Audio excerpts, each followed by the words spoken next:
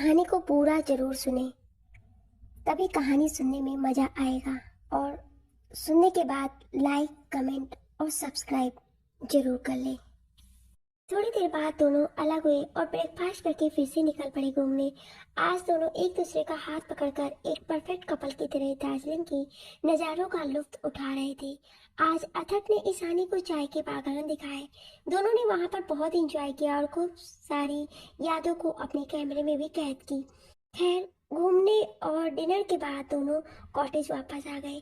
जैसे ही दोनों अंदर जाने वाले थे, अथर्व का फोन रिंग करता है। अथर्व के पास जो फोन था उसका नंबर सिर्फ और सिर्फ अखिल और उसके एक भरोसेमंद बॉडीगार्ड को पता था और किसी को भी नहीं। अथर्व ने देखा तो किसका फोन आ रहा है, इसलिए वो उसे बाहर से ही बात करने लगा। मौके का फायदा उठाकर ईशानी अंदर चली गई। लगभग आधे घंटे बात करने के बाद अथर्व कॉटेज के अंदर आने लगा। उसके चेहरे पर चिढ़न साफ महसूस हो रही थी, क्योंकि अखिल ने उसे बेमतलब का फोन किया था और आधे घंटे से बेमतलब की बातें किए हुए उसे उलझाया जा रहा था। जब अखिल ने फोन रखा तो अथर्व बढ़ते हुए अंदर आता है। मुझे लगता है निशा से शादी करने के बाद इसका दिमाग हिल गया है। न जाने कौन कौन सी बातें कहाँ कहाँ से बातें लेकर आ जाता है और कितनी बातें इसके दिमाग में आती हैं। कभी कभी तो यकीन ही नहीं होता है कि ये मेरा वही दोस्त अखिल है जिसके इंटेलिजेंट होने के चर्चे पूरी जगह फेमस है। पता नहीं क्या हो गया है आज इसे। कहते हुए वो अंदर आता है, लेकिन जैसे ही वो बेडरूम में दाखिल होता है, वहाँ का नज़ारा देखकर उसके पैर वहीं ठहर जाते हैं और आंखें बड़ी बड़ी किए वो चारों तरफ देखने लगता है। इस समय अथर्व का बेडरूम बहुत ही खूबसूरती से सजाया हुआ था। चारों तरफ रेड और व्हाइट कलर के बैलून बिखरे हुए थे। चारों तरफ रोज पेटल से सजावट की गई थी। बेड पर खूबसूरती से सजावट की गई थी, जिसके ऊपर सफेद रंग का कर्टेन लगा हुआ था। पूरे कमरे में सेंटर्ड कैंडल जल रही थी और कमरे में हल्का म्यूजिक भी बज रहा था। वो पूरा कमरा बहुत ही रोमांटिक तरीके से सजा हुआ था। जहाँ तक अथर्व को याद था, उसने ऐसी सजावट करने के लिए किसी से नहीं कहा था, लेकिन ये सब किसने किया उसे तो समझ ही नहीं आ रहा था कि तभी वो चारों तरफ किसी को ढूंढने लगता है। उसके दिमाग में बार बार यही आता है कि कहीं ईशानी ने ये सब देख लिया तो गलत ना समझे, इसलिए वो बार बार उसे ढूंढ रहा था। वो अपने रिश्ते की शुरुआत ईशानी के साथ करना चाहता था, लेकिन वो चाहता था कि ईशानी इस रिश्ते को आगे बढ़ाने में पहल करे। वो कभी भी ईशानी के ऊपर अपना आजमाना नहीं चाहता था। वो जानता था कि ईशानी भी उससे प्यार करती है, लेकिन वो अपने रिश्ते को एक कदम और आगे ले जाने के लिए ईशानी का कंसर्ट भी चाहता था। वो यही सोच रहा था कि कहीं ईशानी गलत न समझ ले। इस समय अथर्व ने एक ब्लैक पैंट और ब्लैक शर्ट पहनी हुई थी। उसने अपने कोट और वार्म कपड़े जितने भी पहने थे वो सब निकाल दिए थे। इस समय सिर्फ वो एक पतली सी ब्लैक शर्ट और पैंट में था। उसके शर्ट की भी कुछ बटन ऊपर की तरफ से खुले हुए थे, जिससे उसकी ब्रॉड चेस्ट दिख रही थी। अथर्व चारों तरफ ईशानी को देख रहा था, तभी बाथरूम का दरवाजा खुला और उसकी नजर दरवाजे पर खड़ी ईशानी पर गई और उसकी नजर वहीं ठहर गई। वो अपनी आंखें बड़ी और मुंह खुला उसे देख रहा था जहां ईशानी खड़ी थी। ईशानी ने इस वक्त एक ब्लैक और रेड कलर की टू पीस नाइटी पहनी थी। वो नाइटी उसके घुटनों के ऊपर तक थी। उसके खुले बाल और होठों पर लगी डार्क कलर की लिपस्टिक अथर्व अपनी ओर सेड्यूस कर रही थी। अचानक से अथर्व को याद आता है कि आज जब दोनों मॉल में शॉपिंग करने गए थे तो उसकी नज़र उसी नाइटी पर पड़ी थी जो इस समय ईशानी ने पहन रखी थी। लेकिन ईशानी ने कब वो नाइटी ली, ये बात अथर्व को नहीं पता थी। लेकिन ईशानी को इस वक्त उस ड्रेस में देखकर अथर्व के इमोशंस बेकाबू हो रहे थे। उसके मुंह से अचानक से ही निकला गॉर्जियस। अथर्व के मुंह से अपने लिए कॉम्प्लीमेंट सुनकर ईशानी के चेहरे पर शर्म की रेखाएं आ गई। अब जाकर अथर्व को पूरी बात समझ में आई कि ये सब सजावट किसने करवाई है। वो अपने कदम ईशानी की ओर बढ़ा देता है, जो सम से सकुचाई हुई वहीं पर खड़ी थी। अथर्व ने उसके पास पहुंचकर उसके आगे अपना एक हाथ बढ़ाया, जिसे ईशानी ने थाम लिया। इसी के साथ अथर्व ने उसे अपनी बाहों में खींच लिया। ईशानी अथर्व की बाहों में खड़ी थी। उसकी पलकें अभी भी शर्म से झुकी थी। अथर्व ने अपना एक हाथ बढ़ाकर उसके चेहरे को ऊपर किया और उसकी आंखों में देखते हुए कहा, क्या जो मैं सोच रहा हूँ सच है? ये सब तुमने किया है? उसके बाद पर ईशानी ने हल्के से हाँ में सिर हिला दिया। अथर्व ने फिर उससे पूछा, क्या तुम सच में चाहती हो कि हम दोनों अपने रिश्ते में आगे बढ़े? ईशानी ने अपनी नजरें अथर्व के चेहरे पर किया और प्यार से कहा, अर्थ मैं चाहती हूँ अब पूरी तरह से आपकी हो जाऊँ। अब मैं हमेशा हमेशा के लिए आपकी होना चाहती हूँ, ताकि कभी भी हमारे बीच कोई ना आ सके, कभी भी हमारे बीच कोई दूरी ना आ सके। ईशानी और अथर्व हमेशा हमेशा के लिए एक हो जाए। मैं हमारे रिश्ते को आगे बढ़ाना चाहती हूँ। I love you earth, I love you and I need you. Ishani आगे कुछ कहती उसके पहले ही अथर्व ने उसके लबों पर अपना कब्जा जमा लिया और उसे पैसेंटली किस करने लगा। ईशानी भी उसका पूरा साथ दे रही थी। अथर्व का एक हाथ ईशानी के बालों में उलझा हुआ था और दूसरा हाथ उसकी पीठ और कमर को सहला रहा था। वहीं ईशानी के दोनों हाथ अथर्व के गले और उसके बालों को सहला रहे थे। उनकी किस बहुत ही ज्यादा डीप और पैशनेट थी। लगभग आधे घंटे की लॉन्ग किस के बाद जब अथर्व को लगा कि ईशानी को सांस लेने में प्रॉब्लम हो रही है, तो उसने उसके होठों को आजाद कर दिया। इस समय दोनों के सर एक दूसरे से लगे हुए थे और दोनों ही जोर जोर से सांसें ले रहे थे। अथर्व अपनी आंखें खोल के ईशानी को देखता है, जो अपनी निगाहें झुकाए जोर जोर से सांसें ले रही थी। इस समय उसका चेहरा पूरा लाल हो गया था, कुछ शर्म से और कुछ सांस न ले पाने की वजह से। उसे इस तरह से देखकर अथर्व के चेहरे पर एक स्माइल लगी। उसने धीरे से उसके माथे पर किस किया और उसके पूरे चेहरे को अपने होठों से सहलाने लगा। धीरे से वो उसके कानों के पास जाता है और उसके कानों पर चूम कर कहता है, बहुत खूबसूरत लग रही हो। मुझे लगता है आज रात मैं बेकाबू ना हो जाऊं। उसकी ये बात सुनकर ईशानी के चेहरे पर मुस्कान गहरी हो जाती है और वो शर्मा कर उसे खुद से दूर करती है और भागकर बालकनी में चली जाती है। अतर मुस्कुराकर अपने बालों में हाथ फेरता है और वो भी ईशानी के पीछे बालकनी में चला जाता है। अतर देखता है कि ईशानी रेलिंग के पास खड़ी आसमान में चांद को देख रही है, जो थोड़ी देर में बादलों में छिप जाता है तो थोड़ी देर बादलों से बाहर आ जाता है। इस समय ठंडी ठंडी हवाएं बह रही थी, जिससे उसके बाल उड़ रहे थे। ईशानी बहुत ध्यान से आसमान में देख रही थी। तभी उसे अपने ऊपर किसी की पकड़ महसूस होती है। अथर्व ने पीछे से उसे अपनी बाहों में पकड़ रखा था और उसके गालों पर चूम कर कहता है, आज मुझसे दूर जाने की इजाजत नहीं है तुम्हें। उसकी बात पर ईशानी भी मुस्कुराकर कहती है, दूर जाना भी कौन चाहता है। अतर की खुशी का ठिकाना नहीं रहता है जब वो ईशानी की वजह से ये सब सुनता है। वो अपनी पकड़ उस पर मजबूत कर देता है। इस समय उसके हाथ उसकी नाइटी के जैकेट के नॉट पर थे। उसने एक हाथ से उस नॉट को खींचकर, जिससे वो सिल्की नाइटी का जैकेट उसके कंधों से सरक गया। अतः अपने दूसरे हाथों से उसकी नाइटी को थोड़ा सा खींचा, जिससे वो नीचे गिर गया। इस समय ईशानी ने एक पतली सी स्ट्रिप वन पीस नाइटी में थी। ईशानी की सांस बहुत जोर जोर से चल रही थी, लेकिन उसकी सांस तब रुकी जब अथर्व ने अपने लब उसके गोरे कंधे और गले के बीच में रखा।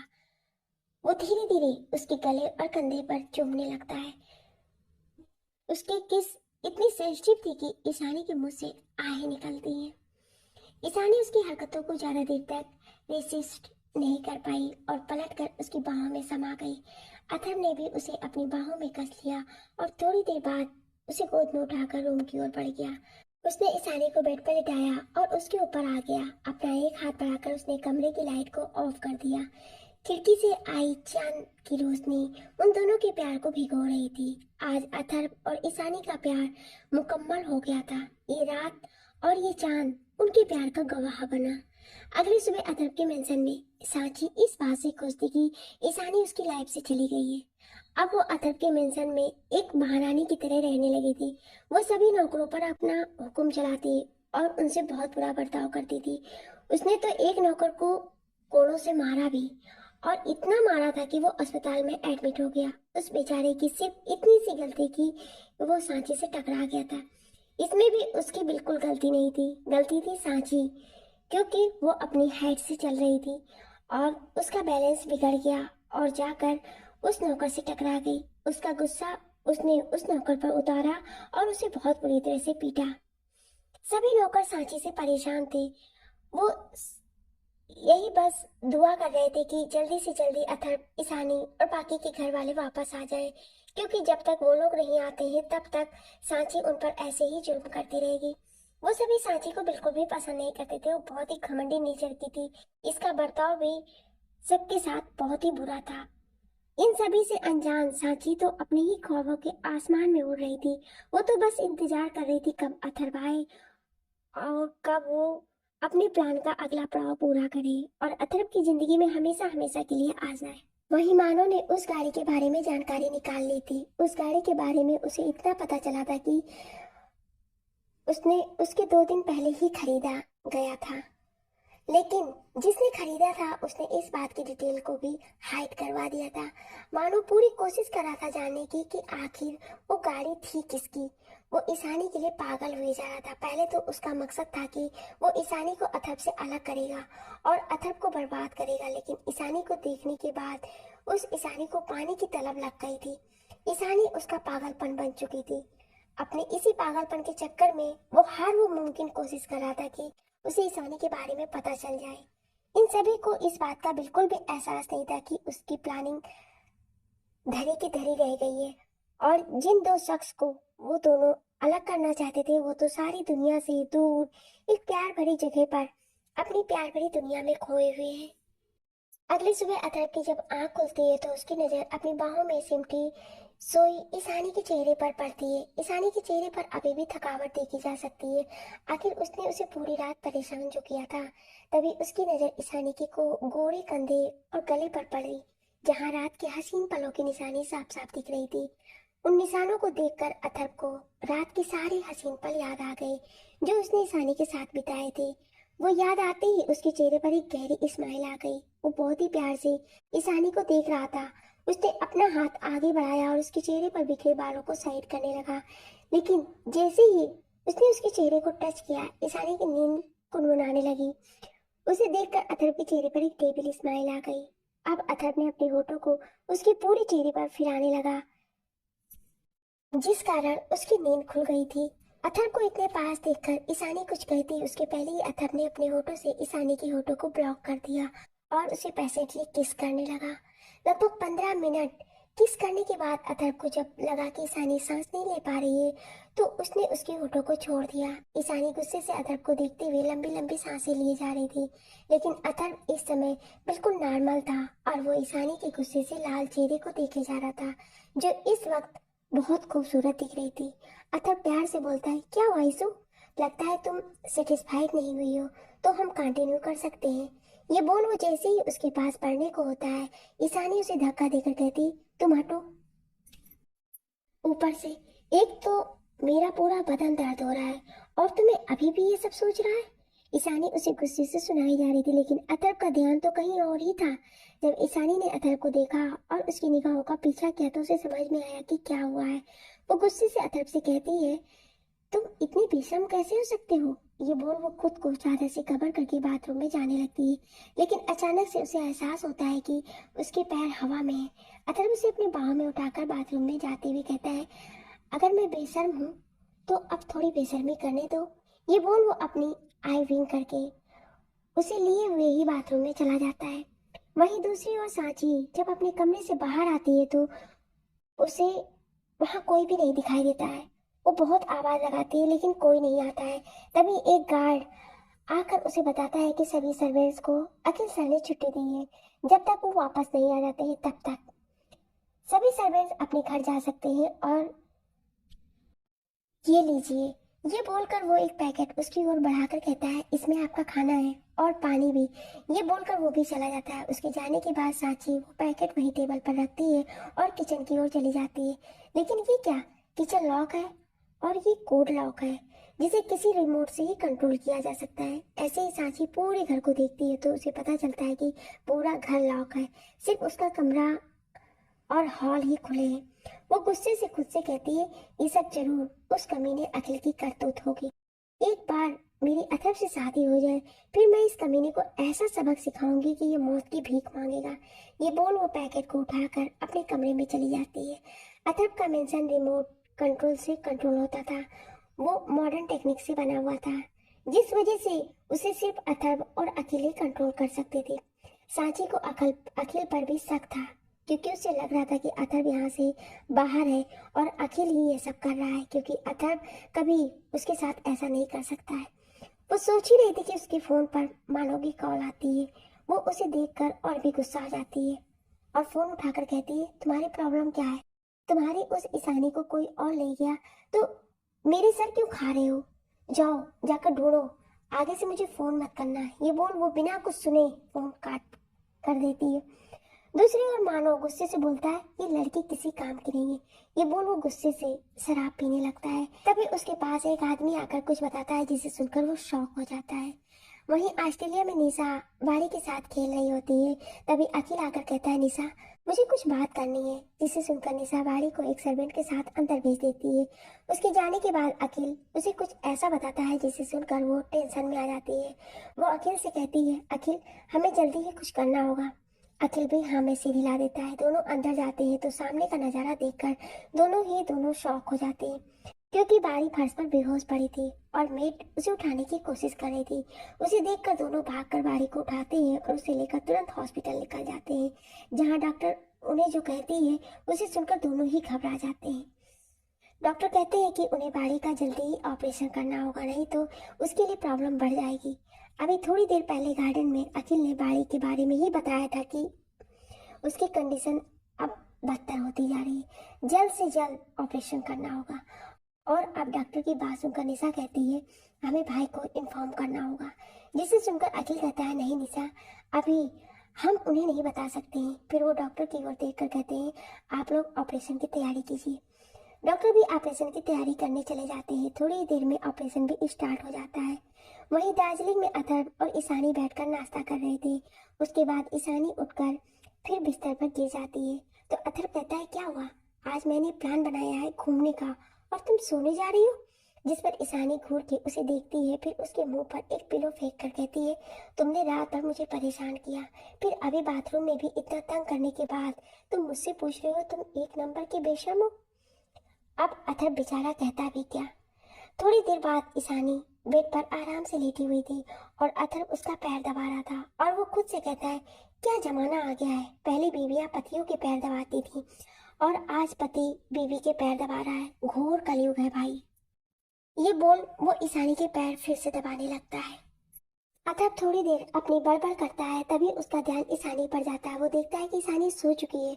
सोते समय ईशानी बहुत ही खूबसूरत लग रही थी, लेकिन उसके चेहरे पर थकावट के भाव थे। सच में वो बहुत ज्यादा थक गई थी। और अथर्व उसे ऐसे देखकर स्माइल करता है और फिर जाकर उसके पास लेट जाता है। उसे अपनी बाहों में लेकर उसके फोrehead पर एक किस करके उसे अपनी बाहों में भरकर सो जाता है। दूसरी ओर ऑस्ट्रेलिया में लगभग 5 घंटों के बाद डॉक्टर्स ऑपरेशन थिएटर से बाहर आते हैं। उसके बाहर आते ही अखिल और निशा उन्हें घेर लेते हैं। निशा कहती है डॉक्टर अब कैसी है मेरी बहन। उसकी बात पर डॉक्टर कहती है उसका ऑपरेशन सक्सेसफुल रहा, अब वो खतरे से बाहर है, लेकिन उन्हें अभी बहुत ही ज्यादा केयर की जरूरत है। और एक जरूरी बात, मेरी उससे बात हुई थी तो वो किसी बड़ी और अपनी माँ को याद कर रही थी। बेहतर होगा कि आप लोग उन्हें बुला लें, हम उन्हें कुछ घंटे बाद वीआईपी वार्ड में शिफ्ट कर देंगे, तब आप लोग मिल लीजिएगा।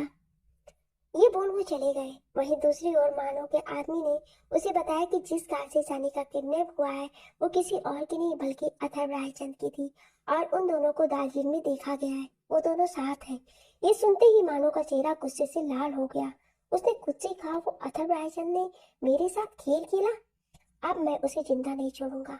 आ रहा हूं मैं अपनी ईशानी को तुमसे वापस लेने।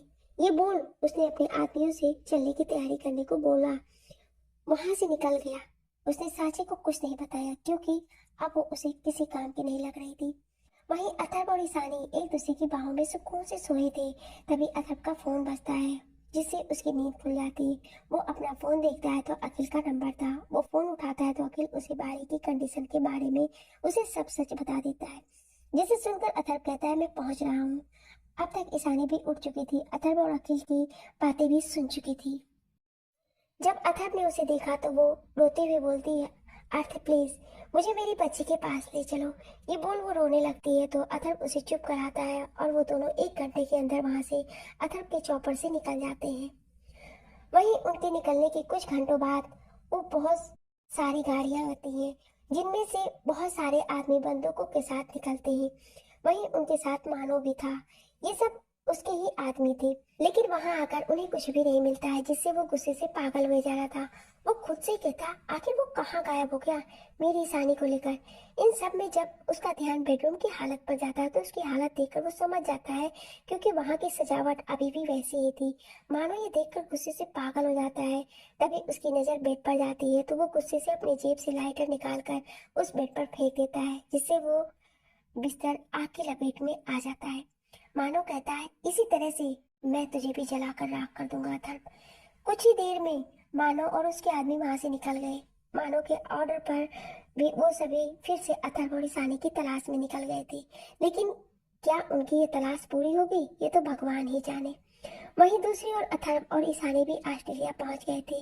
दोनों सीधा ही हॉस्पिटल पहुंचते हैं। जब दोनों सीधा बाड़ी के वार्ड में जाते हैं जहां निशा और अखिल दोनों ही मौजूद थे। बाड़ी को होश आने में अभी टाइम था। ईशानी सीधे उसके पास आती है, उसके चेहरे पर अपने हाथों को भर कर कह उसके माथे को चूम कर कहती है मेरी बच्ची जल्दी से उठ जाओ, देखो मम्मा आ गई है। निशा उसके पास आकर कहती है ईशु वो ठीक है, अब उस पर दवाओं का असर है जिससे वो बेहोश है। डॉक्टर ने कहा है कि वो जल्दी ही होश में आ जाएगी। उसकी बात पर ईशानी भी हाँ में सिर हिला देती है। वो सभी वहीं बाड़ी के आसपास थे और उसके होश में आने का वेट कर रहे थे। तभी अथर्व के फोन पर कॉल आती है। वो देखता है कि ये कॉल उसके आदमी की है। वो फोन उठाता है तो सामने से कुछ कहा जाता है, जिसे सुनकर वो बस इतना ही कहता है पता लगाओ ये सब किसने किया। ये बोल वो फोन काट देता है। उसकी बात किसी ने नहीं सुनी थी क्योंकि वो वार्ड से बाहर आ गया था। अथर्व खुद से ही कहता है जल्दी ही मैं ये पता कर लूंगा कि इन सब के पीछे कौन है, लेकिन पहले मुझे एक जरूरी काम करना होगा। ये बोलकर वो वार्ड में जाता है तो सामने का नजारा देखकर उसका चेहरा काला पड़ जाता है और नसें गुस्से से टाइट हो जाती हैं। वार्ड में ईशानी एक लड़का जिसकी उम्र यही कोई 30 साल की होगी ईशानी को गले लगाए खड़ा था और ईशानी भी मुस्कुरा रही थी। इंडिया में होटल के एक कमरे में एक लड़का और एक लड़की बेड पर एक दूसरे की बाहों में खोए थे। उस कमरे में चारों ओर उनके कपड़े पड़े थे और कमरे में सिसकियों की आवाज गूंज रही थी। तभी उस कमरे का दरवाजा खुलता है, जिससे वो दोनों एक दूसरे से अलग हो जाते हैं और सामने देखते हैं तो राहुल गुस्से से खड़ा बेड पर बैठी लड़की को घूर रहा था, जो कोई और नहीं बल्कि सैन्य था, जो कभी उसका प्यार उसका सब कुछ थी। सानिया को इस तरह किसी और की बाहों में बेड पर देखकर राहुल को गुस्से से पारा हाई हो जाता है। वो जाता है और उसके बालों को पकड़कर खींचकर खड़ा करता है। इस समय सानिया ने भी कुछ भी नहीं पहन रखा था। उसने जल्दी से पास में पड़े हुए ब्लैंकेट को उठाया और खुद को ढक लिया। सानिया इससे पहले कुछ समझ पाती तभी उसके गालों पर एक जोरदार थप्पड़ लगा, जिससे उसके गाल पर निशान पड़ गए और वो जमीन पर गिर गई। राहुल आगे बढ़ता उसके पहले ही एक घुसा उसके मुंह पर जोरदार लगा। राहुल ने जब पलट कर देखा तो उसके सामने एक लड़का खड़ा था। उसे देखकर वो पहचान गया। उसने कहा विक्की मेहता। विक्की मेहता इस समय एक फेमस मॉडल था और इस समय उसकी पब्लिक इमेज बहुत ही ज्यादा अच्छी थी। राहुल कुछ कहता उसके पहले ही विक्की ने उसके कॉलर को पकड़ कर कहा हाउ डेयर यू, तुम्हारी हिम्मत कैसी हुई इस कमरे में आने की और मेरी गर्लफ्रेंड के साथ ये सब करने की। विक्की की बात पर राहुल एक सरकास्टिक स्माइल के साथ कहता है तुम्हारी गर्लफ्रेंड। फिर वो सानिया की तरफ देखता है जो जमीन पर पड़ी हुई थी। फिर वो विक्की की ओर देखकर कहता है जिसे तुम अपनी गर्लफ्रेंड कह रहे हो वो कुछ दिनों तक मेरी गर्लफ्रेंड थी।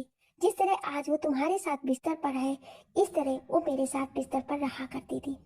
इस लड़की के लिए मैंने अपनी जिंदगी की सबसे बड़ी गलती की, उस लड़की को छोड़ दिया जो मुझसे सच्चा प्यार करती थी, जो मेरे लिए हमेशा लॉयल थी। लेकिन इसकी बातों में आकर मैंने उस लड़की के साथ धोखा किया और इसके साथ आ गया और आज ये मुझे छोड़कर तुम्हारे साथ आ रही है। क्या पता कल तुम्हें छोड़कर किसी और के पास चली जाए।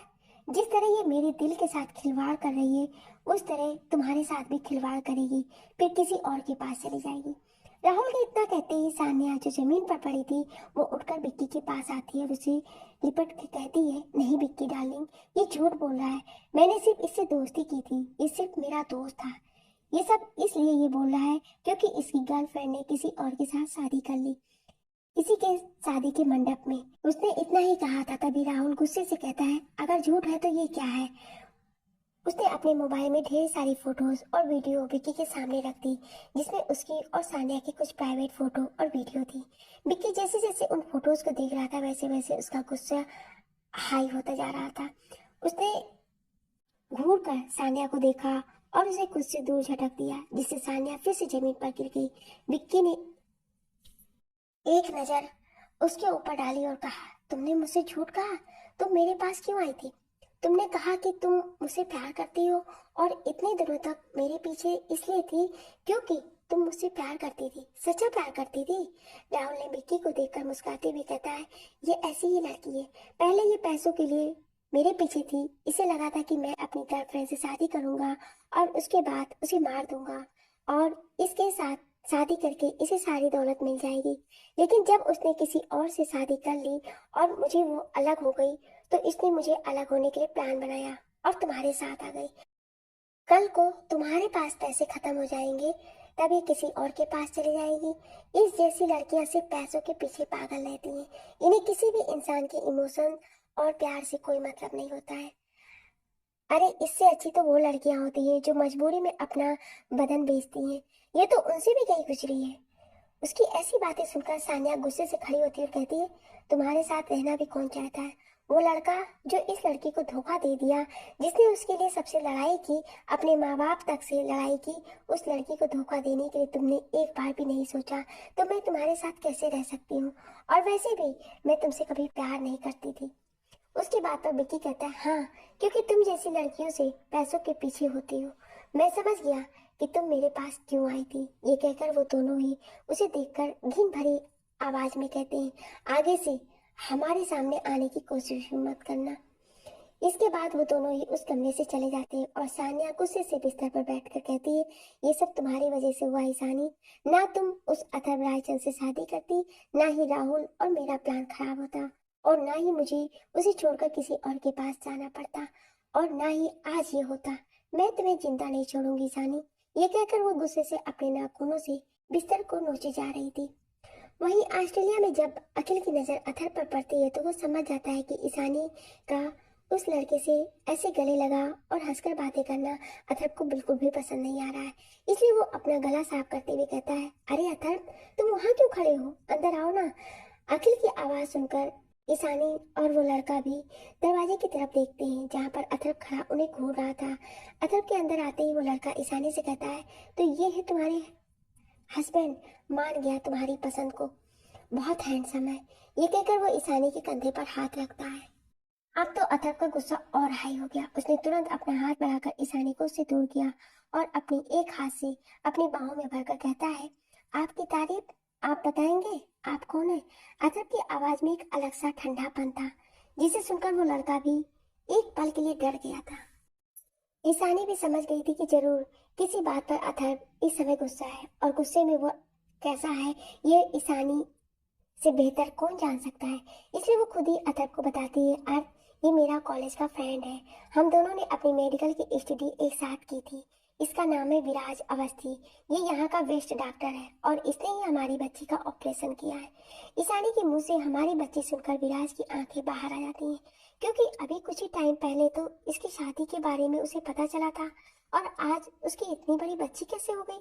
उसे लगा कुछ तो झोल है। वो कुछ कहता, उसके पहले उसके कानों में एक आवाज आई, मम्मा।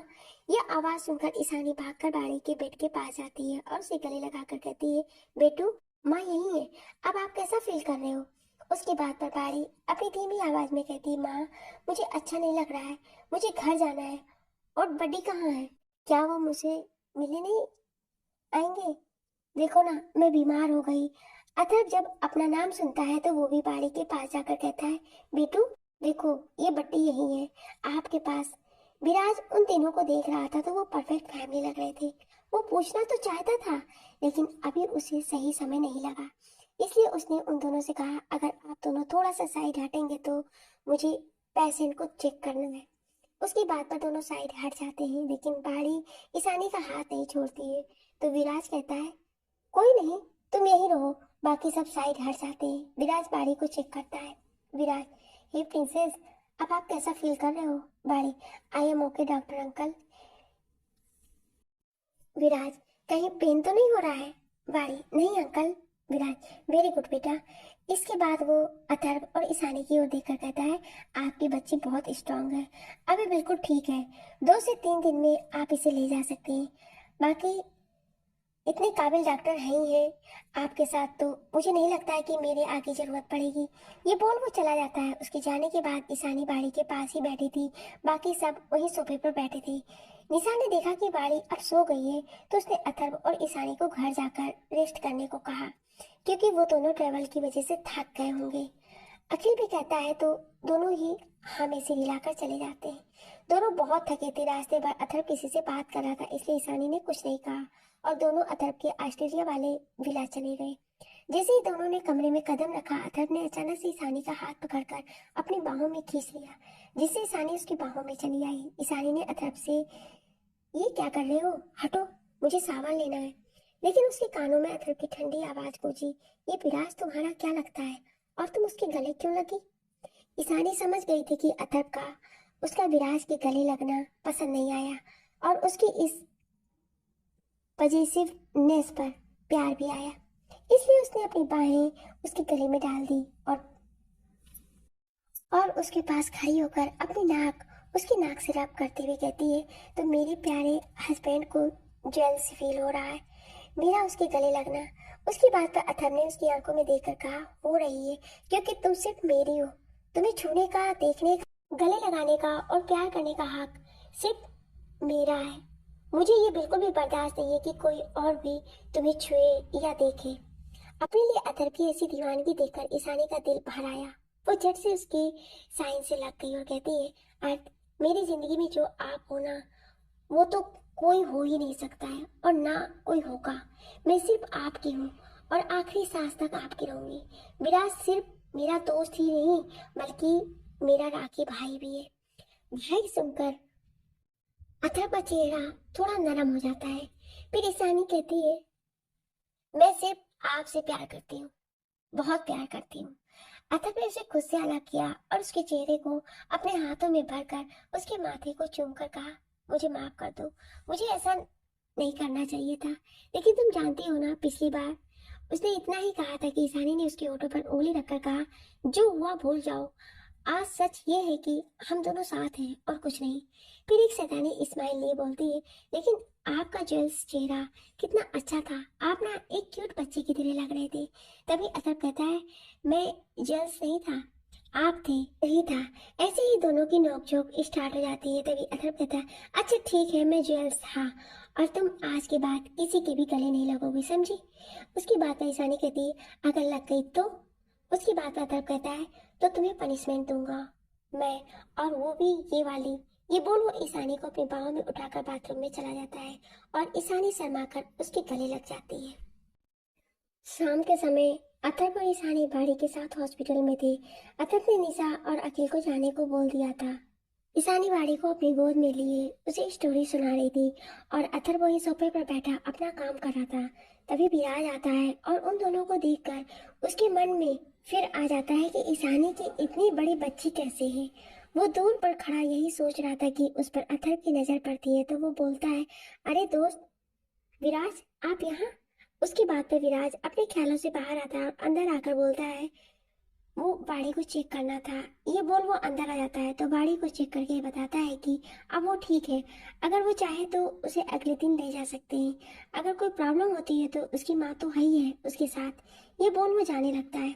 जैसे ही वो बाहर आता है, उसके कानों में अथर्व की आवाज पड़ती है। वो देखता है तो अथर्व अपनी पॉकेट में हाथ डाले उसकी ओर आकर कहता है, मुझे ऐसा क्यों लग रहा है कि कोई बात है जो आपको परेशान कर रही है। वैसे मुझे आपकी परेशानी से कोई मतलब नहीं, लेकिन आपकी परेशानी में मेरी बीवी से जुड़ी कोई बात है, इसलिए मुझे जानना है, तो बताइए। उसकी बात में विराज कहता है, देखिए आप गलत मत समझिए, मेरी और ईशानी के बीच। उसकी बात को काट कर अथर्व बोलता है, भाई बहन का रिश्ता वही मैं जानता हूँ, लेकिन आपकी परेशानी के बारे में जानना था और वो ये बात नहीं है। विराज बोलता है, जहाँ तक मैं जानता हूँ कि ईशानी की शादी को ज़्यादा टाइम नहीं हुआ है, तो फिर उसकी इतनी बड़ी बेटी। अथर्व कहता, तुम शायद ईशानी को सही से नहीं जानते हो। वो ऐसी लड़की है जिसने अपनी ननद को ही अपनी बेटी बना लिया है। उसकी बात पे विराज उसे देखता है तो अथर्व बोलता है, बाड़ी मेरी बहन है, लेकिन ईशानी ने उसे अपनी बच्ची बनाकर रखा है। वैसे भी बाड़ी को माँ का प्यार कभी नहीं मिला और उसे वो प्यार ईशानी से मिला, तो उसे ही वो अपनी माँ समझती है। अथर्व की बात पे विराज मुस्कुरा देता है और फिर अथर्व की ओर देखकर कहता है, मेरी एक रिक्वेस्ट है मिस्टर रायचंद, वो 2 दिन बाद मेरी वाइफ का बर्थडे है। मैं चाहता हूँ कि आप और ईशानी आए। अगर आपको अथर्व कहता है हम जरूर आएंगे। उसकी बात पे विराज उसे थैंक्स कहकर चला जाता है। वहीं इंडिया में मानो को पता चला कि अथर्व और ईशानी ऑस्ट्रेलिया में है, इसलिए वो भी निकलने लगता है। लेकिन ऑस्ट्रेलिया में अथर्व ईशानी को ढूंढना इतना आसान नहीं था। वो जैसे ही एयरपोर्ट पर पहुंचता है वैसे ही उसके आदमी उसे लेकर उसके घर जाने लगते हैं। उसने अपने सभी आदमियों को अथर्व और ईशानी का पता लगाने को बोल दिया था, लेकिन अथर्व को ढूंढ पाना इतना ही आसान होता तो वो अथर्व रायचंद किस नाम का। अगले दिन अथर्व और ईशानी बाड़ी को अपने विला लेकर आ गए। ईशानी ने बाड़ी को उसकी मेडिसिन दी और सभी के लिए लंच तैयार करने लगे। विला के सभी सेफ उसे हैरानी से देख रहे थे। उसमें कुछ इंडियंस भी थे। एक सेफ ने दूसरे से कहा, मुझे तो यकीन ही नहीं हो रहा है कि ये हमारी लेडी बॉस है। कहाँ थोड़ा सा पैसा आ जाने पे लड़कियां घमंड से भर जाती हैं, और ये है इतने बड़े आदमी की वाइफ होने के बाद भी इतनी सिंपल है, और इनका बिहेव भी कितना अच्छा है। वो अथर्व भी किचन में ही आ रहा था। वो जानता था कि इस समय ईशानी कहाँ होगी। जैसे ही वो किचन के दरवाजे पर पहुंचा उसकी नजर ईशानी पर पड़ी, जिसने आज मैरून कलर की साड़ी पहनी थी। अपने बालों का जोड़ा बनाया था और साड़ी को कमर में टक करके वो कुछ बना रही थी, जिसकी खुशबू पूरे घर में फैली थी। तभी उसकी नजर ईशानी की कमर पर गई। अथर्व को तो बस यही चाहिए था, वो ईशानी को साड़ी में देखकर ही पागल हो जाता था। हमारा सख्त हीरो यहाँ पर पिघल जाता था। अतर्व ने सभी सेब को देखा और उनके इशारे से जाने को कहा। वो सभी उसका इशारा पाकर वहां से चले गए। अतर्व ने अपने कदम ईशानी की ओर बढ़ा दिए और जाकर उसे पीछे से बाहों में भर लिया।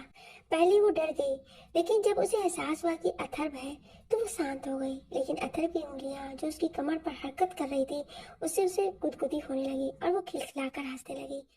उसने ईशानी से पूछा कि वो क्या बना रही है, तो उसने बताया कि वो पनीर लबदार और लच्छे पराठा बना रही है, साथ में पुलाव। अतः खुश हो गया क्योंकि ये सब उसकी पसंद का था।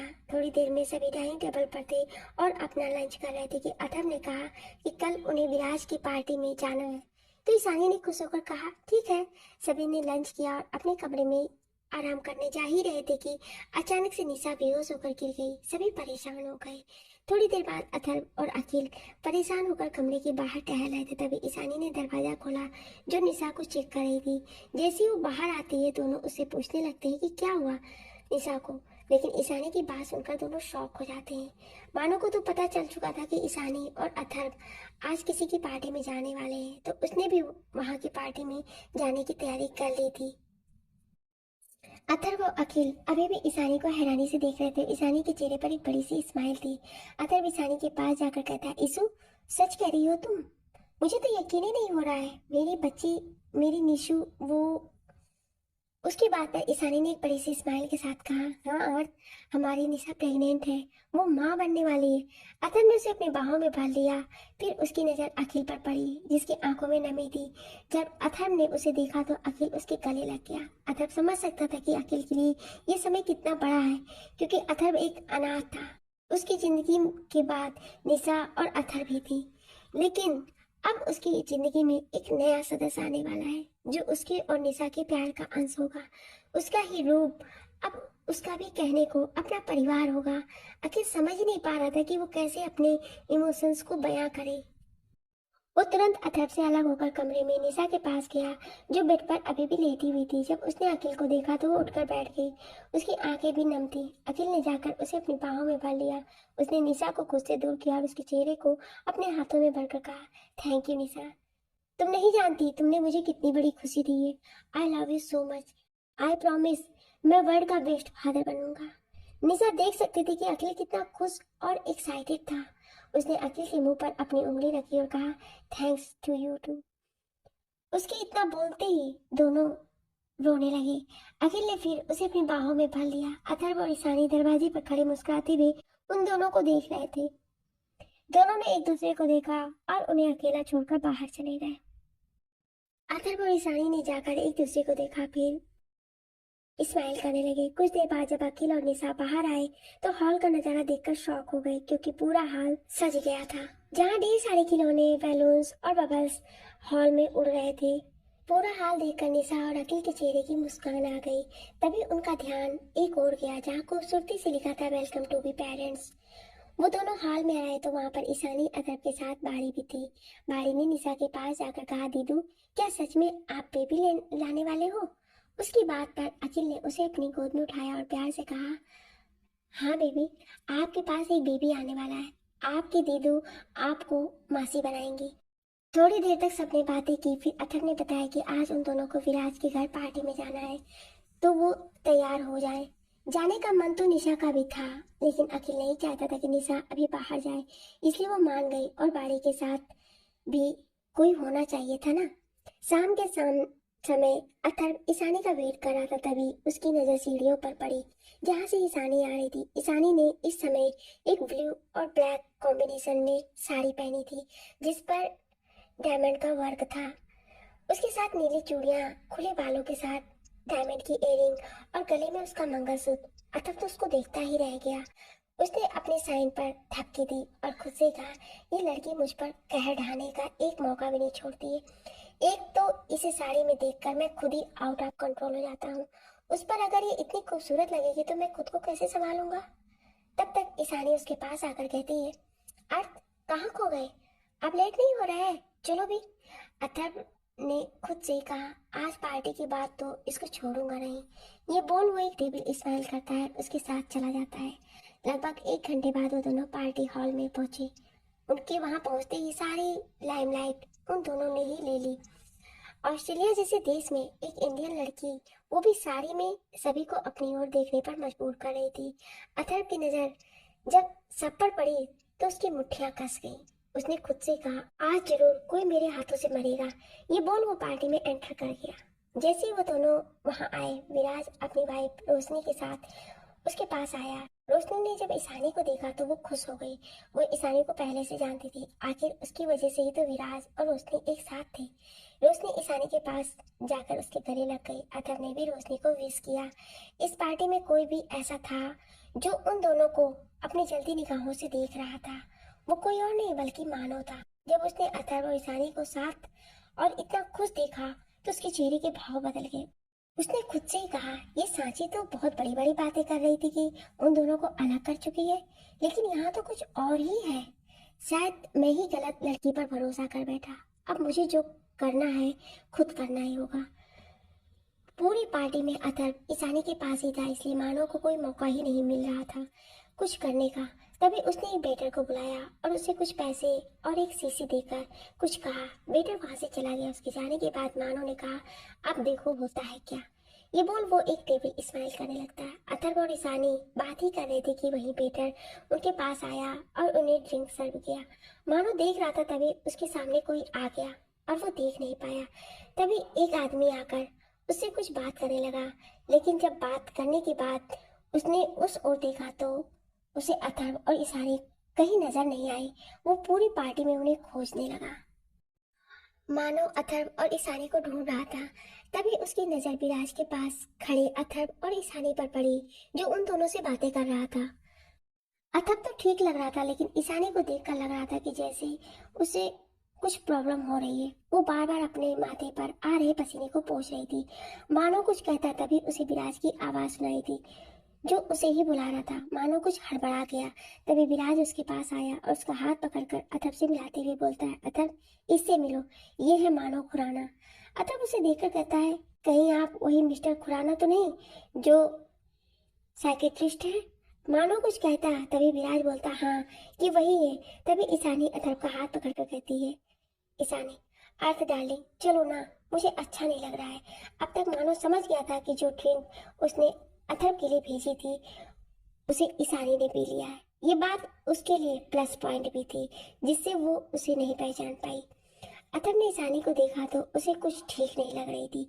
उसे समझ आया कि ईशानी ने कुछ गलत पी लिया है, इसलिए वो उसे लेकर जाने लगता है। मानो उसके पीछे जाने को होता है कि विराज उसे रोक लेता है और उसे अपनी बातों में उलझा लेता है, जिससे वो अथर्व और ईशानी के पीछे नहीं जा पाता है। मानो को विराज पर बहुत गुस्सा आ रहा था। एक तो इतने दिन बाद वो ईशानी से मिला था, लेकिन विराज की वजह से वो मौका भी छूट गया। लेकिन उसने अपने आदमियों को इशारा कर दिया था कि उनका पीछा करे। वहीं अथर्व ने ईशानी को कार में बैठाया। अब तक ईशानी पर नशा हावी हो चुका था। वो बार बार अथर्व के करीब जा रही थी। अथर्व को भी एहसास हो गया था कि कुछ तो गड़बड़ है। वो अपनी कार लेकर निकल जाता है, लेकिन ईशानी उसे परेशान कर रही थी। वो जाकर उसकी गोद में बैठ गई और उसे किस करने लगी। अथर्व को उसे और ड्राइविंग दोनों को संभालना मुश्किल हो रहा था। उसने कार को ऑटो मोड में सेट कर दिया और अपनी बिला का जीपीएस ऑन कर दिया। अब उसका ध्यान सिर्फ ईशानी को संभालने में था, लेकिन ईशानी की हरकतें उसे अपना कंट्रोल खोने पर मजबूर कर रही थी। तभी उसकी नजर पीछे गई। उसने देखा कि कुछ लोग उसका पीछा कर रहे हैं। वो समझ गया कुछ तो गड़बड़ है। उसने तुरंत अपने वॉच से एक बटन प्रेस किया। कुछ ही मिनट में उसकी गार्ड्स ने उसे घेर लिया और कुछ उन सभी से निपटने चले गए। थोड़ी ही देर में अथर्व ईशानी को लेकर बिला पहुंच गया, लेकिन ईशानी ने उसकी हालत खराब कर दी थी। उसके पूरे चेहरे पर लिपस्टिक के निशान थे और उसके गले और चेस्ट पर बाइट के भी निशान थे, जो बटन खुली होने की वजह से दिख रहे थे। वो तो शुक्र था कि अब तक सभी सो गए थे। वो ईशानी को लेकर कमरे में गया और उसे बेड पर बैठाकर दरवाजा बंद करके जैसे ही पलटता है, उसके होश ही उड़ जाते हैं। अथर्व ने खुद से कहा, अब बहुत हुआ। अगर मुझे ब्लेम किया तो सही नहीं होगा। इसके बाद वह उसकी ओर बढ़ा और उसे अपनी बाहों में भरकर कमरे की लाइट ऑफ कर दी। वहीं मानो जब विराज से पीछा छुड़ाकर निकला तो रास्ते में ही उसे अपने आदमियों की लाश मिली, जिन्हें बहुत ही बेरहमी से मारा गया था। उन्हें देखकर वो गुस्से से चिल्लाता है, अथर्व रायचंद, मैं तुझे छोड़ूंगा नहीं। उसे बहुत ही गुस्सा आ रहा था। उसका प्लान फेल हो गया था। एक बार फिर वो ईशानी के करीब पहुंचकर भी उससे दूर हो गया। वो अपने घर जाकर गुस्से से सब कुछ तोड़ने फोड़ने लगता है। आखिर वो अपना गुस्सा ऐसे ही उतार सकता था। उसके पास और कोई था भी नहीं जिस पर वो अपना गुस्सा उतारे। उसने अपने फोन से कॉल लगाया और किसी को कहा, मुझे एक लड़की चाहिए जो 18 से 20 की होनी चाहिए। ये बोल वो अपने सेल्फ से एक बोतल निकालता है और उसे पीने लगता है। तभी उसके विला में कुछ आदमी आते हैं। उन्होंने एक लड़की को पकड़ रखा था जो डरी हुई थी और खुद को छुड़ाने की भीख मांग रही थी, लेकिन वो सब उसे लेकर मानो के पास पटक देते हैं। मानो उस लड़की को देखकर एक गंदे से स्माइल करता है, उसे चेहरे को अपने हाथों में भरकर देखता है और बोलता है, अच्छा काम किया। ये बोल वो उन्हें जाने का इशारा करता है तो वो चले जाते हैं। फिर वो उस लड़की को अपने कंधे पर उठाता है और अपने कमरे में चला जाता है। वो लड़की उसे छुड़ाने के लिए बोल रही थी, लेकिन वो नहीं जानती थी कि वो एक जानवर है जो उसे अपना शिकार बनाकर ही मानेगा। अगली सुबह ईशानी जब सोकर उठती है तो उसकी चीख निकल जाती है और वो गुस्से से अपने बगल में देखती है जहाँ अथर्व सो रहा था।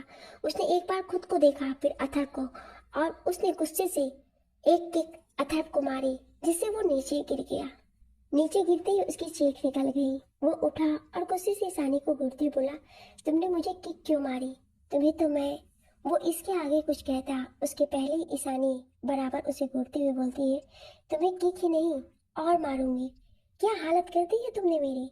तुम ना, तुम ना, तुम। इसके आगे उसे कुछ समझ ही नहीं आ रहा था कि क्या बोले। तभी अथर्व झटके से बेड पर आया और ईशानी को खींचकर खुद से सटा लिया और बोला, तुम्हारी जो भी हालत है उसमें मेरी नहीं, तुम्हारी गलती है। वो तुम थी जिसने मुझे ऐसा करने पर मजबूर किया। अगर यकीन ना हो तो ये देखो। ये बोल वो उसे अपनी बॉडी के निशान दिखाने लगता है। ईशानी देखती कि अथर्व की गले, साइन और कंधे पर बहुत ही बुरी तरह से काटने के निशान थे, जिनमें से शायद ब्लड भी आया था जो अब सूख चुका था। ये देखकर ईशानी की आंखें नम हो गईं। अथर्व ने जब उसे ऐसे देखा तो उसे बुरा लगा। उसने उसके चेहरे को अपने हाथों में भरकर कहा, हे, क्या हुआ? प्लीज रो मत, मुझे बुरा नहीं लगा। तुम चाहो तो एक दो और किक मार दो, लेकिन प्लीज रोना बंद करो। ईशानी ने सिसकते हुए कहा, मुझे माफ कर दीजिए यार, मैंने आपको चोट पहुंचा दी, लेकिन मुझे कुछ भी याद नहीं है। उसकी बात पाथर बोलता है, तुम्हें माफी मांगने की जरूरत नहीं है। कल तुम अपने होश में नहीं थी। शायद तुम्हें ड्रिंक में कुछ मिलाया गया था जिसकी वजह से तुम ऐसा बिहेव कर रही थी। तुम्हारी कहीं गलती नहीं है, इसलिए अब रोना बंद कर दो। फिर थोड़ा मुस्कुराकर बोला, अगर तुम मुझे बाइट करने को लेकर रो रही हो तो बता दो, मुझे तुम्हारा यूं बाइट करना बहुत पसंद आया। मैं चाहता हूँ कि तुम रोज मुझे ऐसे ही बाइट करो। और वैसे ही मुझे खुद को खुद से दूर न होने की लिए बोलो और उतनी ही वायल बनो जैसे कल थी। सच में आई लव दैट नाइट। ये बोल वो अपनी आई विंक कर देता है। उसकी बात पर ईशानी उसके सीने पर मार कर कहती है, आप बहुत बेशर्म हो गए हो। उसकी बात पर अथर उसे उठाता है और ईशानी को बाथरूम में छोड़ देता है और उसे बाथटब में गर्म पानी में लिटाकर बोलता है, तुम्हें थोड़ा आराम मिलेगा। ये बोल वो स्टडी के बाथरूम में फ्रेश होने चला जाता है। थोड़ी देर बाद जब ईशानी रूम में आती है तो अथर्व के साथ एक लेडी डॉक्टर खड़ी होती है, जिसे देखकर ईशानी कुछ कहती है उसके पहले ही अथर्व कहता है, डॉक्टर आप मेरी वाइफ को देखिए, क्योंकि कल रात इसे एक ड्रग दिया गया था, कहीं उसके कोई साइड इफेक्ट ना हो। डॉक्टर भी ईशानी को चेक करके कहती है, अभी ठीक है, मैंने इसे एंटीडोज दे दिया है, तो इन्हें कुछ दिन बाद आराम की जरूरत है, फिर ये फाइन हो जाएंगी। बस ये ध्यान रखिएगा कि इन्हें अगर बॉडी पर कोई रेसेस आते हैं तो मुझे इन्फॉर्म कर दीजिएगा। ये सब बोलकर वो चली जाती है। ईशानी देख सकती थी कि अथर्व उसके लिए कितना परेशान है। ये देखकर उसके मन में अथर्व के लिए अटूट प्यार आ रहा था। तभी निशा और अखिल उसके रूम में आते हैं। अखिल निशा और भाड़ी को मॉर्निंग में वॉक पर ले गया था। दोनों को ही मॉर्निंग में फ्रेश एयर लेना इस वक्त बहुत फायदेमंद था, इसलिए वो लेकर गया था। और जब वो वापस आए तो डॉक्टर को अथर्व के रूम में जाते देखकर परेशान हो गए। अथर्व ने उन्हें बताया कि ईशानी की थोड़ी सी तबीयत बिगड़ गई थी, बस और कुछ नहीं। अथर्व ने पूरी बात नहीं बताई। वो जानता था कि निशा अभी प्रेग्नेंट है और वो उसे कोई स्ट्रेस नहीं देना चाहता था। अथर्व जानता था कि निशा ईशानी को बहुत मानती है और वो उसकी वजह से परेशान हो जाएगी। ईशानी ने भी अथर्व की बात पर हाँ में सिर हिला दिया। वही मानो अपने कमरे में था। वो गुस्से से अपने आदमियों को कुछ इंस्ट्रक्शन दे रहा था। फिर वो अपने कमरे में आकर देखता है तो अभी भी वो लड़की उसके बिस्तर पर थी। वो अपने आदमियों से कहता है कि उसे वहां से हटाए। ये बोलकर वो बाथरूम में चला जाता है। जब उसके आदमी उस लड़की को देखते हैं तो शॉक हो जाते हैं, क्योंकि वो लड़की मर चुकी थी।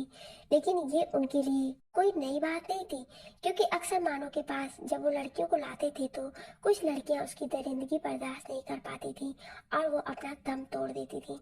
इसलिए उन सबसे उसे वहां से बाहर ले जाकर उसे कहीं फेंक देने को कहा और वापस से आकर कमरे को साफ करने लगा।